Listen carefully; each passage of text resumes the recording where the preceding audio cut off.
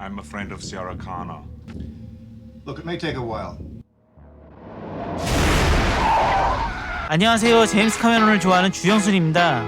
오늘은 아바타 불가제 개봉 기념으로 제임스 카메론 감독의 영화 탑9을 뽑아볼까 합니다.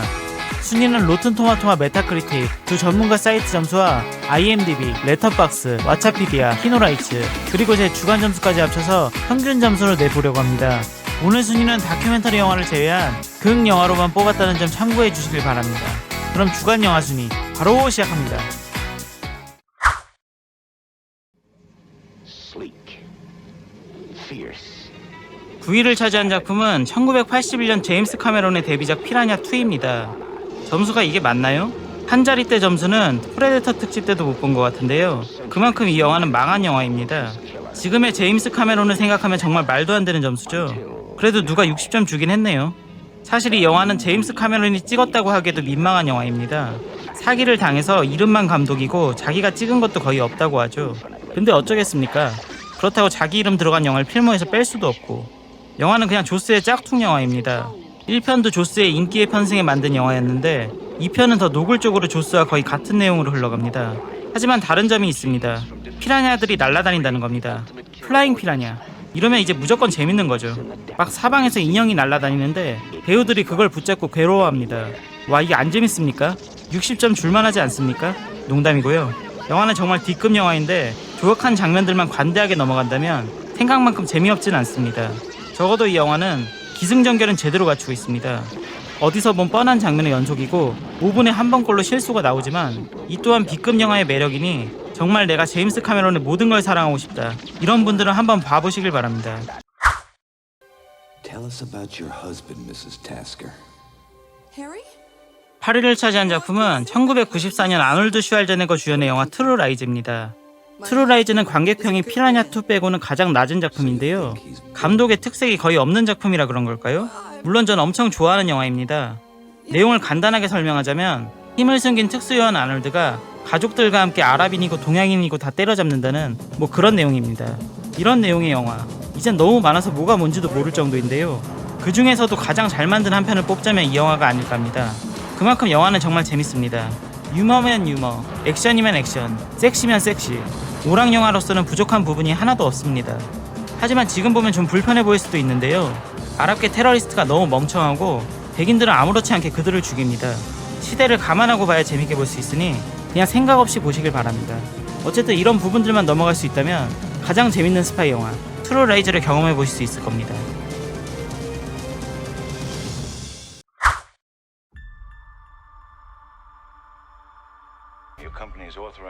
7위를 차지한 작품은 1989년에 만든 어비스입니다. 어비스는 전문가 평점이 피라냐2를 제외하고는 가장 낮습니다. 저도 재밌게는 봤는데 다른 카메론의 영화들에 비하면 그렇게 좋아하는 영화는 아닌 것 같습니다. 이 영화는 물에 환장한 감독이 자신이 얼마나 물에 미쳐있는지를 보여주는 작품입니다. 내가 바닷속 세상이 얼마나 아름답고 위험한지 보여주겠다. 그리고 사랑의 위대함도 보여주고 숭고한 희생정신도 보여주고 미지의 생명체와 조우하는 것도 보여주고 다 보여주겠다는 야심이 넘쳐나는 작품이죠. 네, 그래서 좀 지칩니다. 너무 많은 걸 담으려다 보니 영화가 한 톤으로 이어지질 않는다고 할까요? 그리고 그 당시엔 정말 센세이셔널했던 3D 장면이 지금 관객들에겐 별 감흥이 없을 것 같은 것도 아쉬운 부분입니다. 그래도 중반까지는 정말 재밌습니다. 특히 잠수정 추격전은 지금 봐도 손에 땀을 질 것 같은데요. 문제는 후반부입니다. 이 부분은 사실 전 불호에 가까웠습니다. 차라리 감독판으로 나온 결말이 더 나았던 것 같네요. 근데 뭐 이 부분은 개인적 취향이니 직접 보시고 어떤지 판단해 주시길 바랍니다. 자, 그럼 또 다른 물에 환장한 영화를 봐볼까요?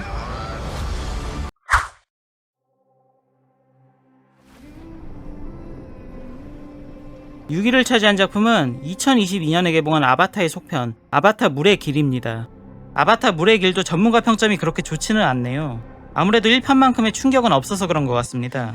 이 영화는 비교적 평범한 내용에 너무 긴 러닝타임, 1편보다 작은 스케일로 약간 호불호가 있는 작품입니다. 그럼에도 모두가 인정하는 건 물속 장면만큼은 세상 모든 영화를 통틀어도 이길 작품이 없다는 건데요. 그만큼 물의 진심인 감독이라서 물속 세상 표현을 정말 끝내주게 만들어놨습니다.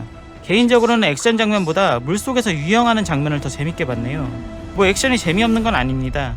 물의 재앙에 이어 액션의 제왕이라 불릴 정도로 액션을 진짜 잘 만드는 감독이라서 그냥 활만 쏴도 재밌습니다. 약간 아쉬웠던 건 물의 제왕, 액션의 제왕에 이어 속편의 제왕이라고도 불렸는데 아바타 2편은 1편을 뛰어넘지는 못했다는 겁니다. 세계관도 넓어지고 등장인물도 많아졌는데 너무 한정된 공간에서만 지지고 볶는 느낌이라고 할까요? 그래도 후반 1시간가량은 정말 재밌으니 아직 1편만 보고 후속편을 안 보신 분이라면 꼭 보시길 바랍니다.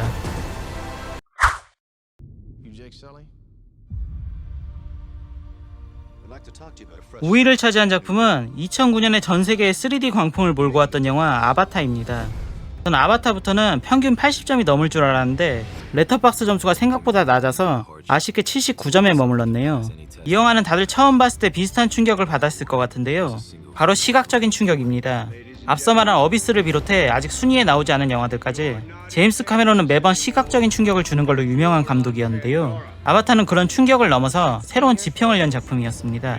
특히 3D로 보면 몇몇 장면은 진짜 눈앞에 떠있는 느낌이었는데요. 그 꽃씨가 날아다니는 장면에서 손을 뻗던 관객들이 아직도 기억나네요.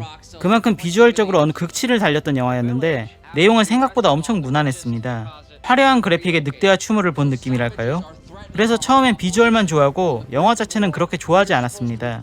하지만 영화를 몇 번 더 보니까 세계관에 익숙해지면서 이 평범한 내용조차 재밌게 느껴지더군요. 어쨌든 이 영화는 전세계 흥행 1위 영화라 안 본 사람이 별로 없을 것 같긴 한데 그래도 아직 아바타를 이름만 듣고 본 적은 없다.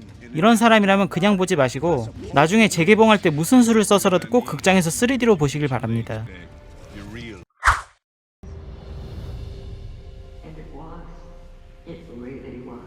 4위를 차지한 작품은 한동안 전세계 흥행 1위 타이틀을 지키고 있던 영화 타이타닉입니다. 와, 이 영화는 국내 관객들이 정말 점수를 높게 줬는데요. 역시 한국인이면 타이타닉이죠. 한 가지 놀라운 건 타이타닉의 평균 점수가 82점을 넘는데도 4위라는 점입니다. 이전까지 특집에선 거의 1위에 해당하는 점수인데요. 확실히 제임스 카메론은 전문가는 물론 관객들의 사랑까지 한몸에 받는 감독인 것 같습니다. 영화의 내용은 다들 아시죠? 타이타닉을 타고 가다 사고가 난다는 겁니다. 이 단순한 내용에 사람들이 열광하는 이유는 로맨스물과 재난물의 조합이 황금 비율로 섞여있기 때문입니다. 이거 보고 눈가가 촉촉해지지 않은 사람 있습니까? 손이 축축해지지 않은 사람 있습니까? 앞서 어비스와 아바타 물의 길에서도 감독의 물사랑에 대해 말했는데 그 중에서도 최고는 역시 타이타닉입니다. 개봉 전까지 물 나오는 영화는 망한다고 했는데 역대 최고 제작비로 역대 최고 흥행을 하다니 정말 시상식에서 자기가 세상의 왕이라고 신나할 만 하더군요. 그리고 타이타닉은 이상하게 향수를 자극합니다. 타이타닉만 생각하면 바로 90년대가 생각나며 각자 영화를 보던 순간으로 돌아가게 되는 거죠. 원래 흥행작이 그런 거지만 아바타나 어벤져스 엔드게임 같은 경우는 영화가 기억나는 거지 무슨 영화관의 풍경이 어떻고 그 당시 분위기가 어떻고 이런 건 잘 기억 안 나는데 이상하게 타이타닉은 유독 그 겨울의 감성이 떠오르게 되더군요. IMF 때라 그런가? 어쨌든 긴 말 필요 없고 한국인이라면 타이타닉 죄송합니다. 어쨌든 영화 개봉 이후에 태어나신 분들이라면 아직 안 봤을 수도 있을 것 같은데 지금이라도 꼭 보시길 바랍니다.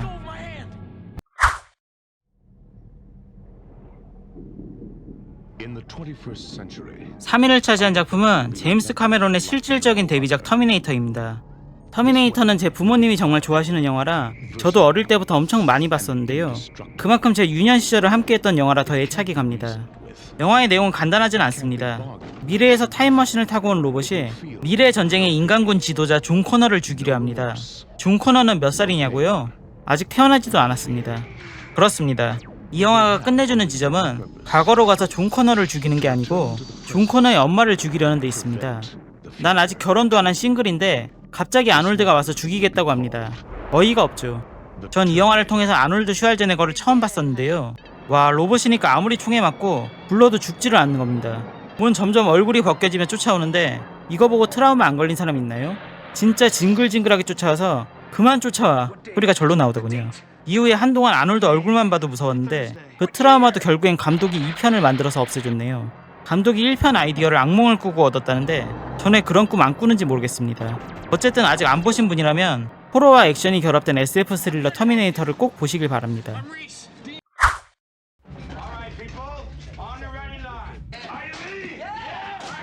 2위를 차지한 작품은 에이리언 시리즈의 두 번째 작품 에이리언 2입니다. 드디어 이 영화를 소개하는 순간이 왔습니다. 제가 평소에 관대하게 점수를 주긴 해도 막상 100점짜리 영화는 정말 없는데 이 영화가 제 첫 100점짜리 소개작이 되었네요. 그만큼 제 인생에서 빼놓을 수 없는 영화인데요. 어린 시절 이 영화 때문에 제가 영화 매니아가 됐을 만큼 영화의 매력에 푹 빠지게 한 작품입니다. 사실은 호러 매니아가 됐습니다. 에이리언2는 1편의 스페이스 호러에서 나아가 호러 액션 블록버스터로 진화한 작품인데요. 그래서 호러로서 줄 수 있는 긴장감과 액션으로서의 스펙터클을 동시에 만족하고 있습니다. 한마디로 어떤 장면에서 멈춰도 명장면이 나오는 그런 영화라고 볼 수 있겠네요. 그 중에서도 전 여자 주인공 리플리와 퀸 에일리언의 대결이 가장 인상 깊었던 것 같은데요. 어머니 대 어머니의 대결. 지금은 좀 진부해 보일 수도 있는데 이 영화 80년대 영화거든요. 그 당시엔 이런 영화 자체도 없었습니다. 제임스 카메론은 강한 여성 캐릭터에 대해 어떤 패티시가 느껴질 정도로 집착이 있습니다. 에이리언의 리플리나 터미네이터의 사라 코너는 물론 아바타의 네이티리까지 다들 강하고 주도적인 모습을 보여주죠. 저도 어릴 때 이 영화의 영향을 받아서 강한 여성 캐릭터만 나오면 환장을 합니다. 어쨌든 할 말이 정말 많은 영화인데 앞으로 에이리언 특집을 비롯해 소개해드릴 시간이 많을 것 같아 오늘은 이쯤에서 다음 순위로 넘어가도록 하겠습니다. 그럼 이제 한 작품 남았는데요. 아직 그 작품이 안 나왔죠? I need your clothes, your boots, and your motor. 1위를 차지한 작품은 제임스 카메론의 최고 명작 터미네이터 2입니다. 앞서 에이리언 2에서 제가 100점 준 작품이 정말 없다고 했는데 바로 이어서 100점 작품이 또 나왔네요. 그만큼 제임스 카메론을 정말 좋아한다고 봐야겠죠. 이 영화는 7년 만에 나온 터미네이터의 후속작으로 전편에서 주인공을 죽이려 한 아놀드가 출세해서 주인공을 지키려 한다는 내용입니다. 터미네이터를 소개할 때 존 코너를 죽이려는 게 아니라 존 코너의 엄마를 죽이려 한다는 설정에 대해 극찬을 했는데요. 그 결실이 모여 2편에서 더 끝내주는 설정으로 돌아오게 된 거죠. 나를 죽이려던 존재가 나를 지키려 한다니. 이미 눈물이 납니다. 하지만 정작 중요한 건 이 영화가 끝내주는 액션 영화라는 겁니다. 모든 액션 영화의 교과서를 뽑으라면 터미네이터 2를 뽑아야 되지 않을까요? 그리고 앞서 말했지만 제임스 카메론은 속편의 재앙이라는 별명이 있는데요. 그 타이틀도 터미네이터 2를 통해 확실해졌습니다. 에이리언 2의 터미네이터 2라니. 아마 제가 모든 속편에 관대해진 것도 어릴 때 이 영화들을 봐서 그런 게 아닐까 싶네요. 어쨌든 100점짜리 영화라 단점이 없습니다. 100번 봐도 100번 재밌는 영화니 안 보신 분들은 꼭 보시길 바랍니다. 터미네이터 특집도 한번 하고 싶은데 이거 속편이 나올까요? 존버해 봐야겠네요.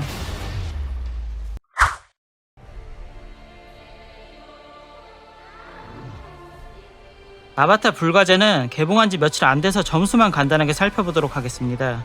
전 이번 편도 재밌게 봤는데요. 내용이 1편, 2편과 너무 반복되는 느낌은 있는데 이제 그냥 이 세계관 안에서 뭔가를 한다는 것 자체가 너무 즐겁습니다. 그리고 새로운 빌런인 바락 누나 너무 좋네요. 역시 여성 캐릭터 매력적이게 만드는 건 제임스 카메론 따라올 사람이 없죠. 아무튼 2편에 비해 스케일도 커졌고 가족 간의 관계도 더 깊어졌으니 1, 2편을 재밌게 보신 분들은 이번 편도 재밌게 보실 거라 생각합니다. 근데 1, 2편이 재미없었다? 그럼 안 보시는 게 나을 겁니다. 시청해주셔서 감사합니다. 구독과 좋아요, 댓글과 알림 설정도 부탁드릴게요. 지금까지 가장 객관적이고 가장 주관적인 영화 순위를 만드는 주영순이었습니다.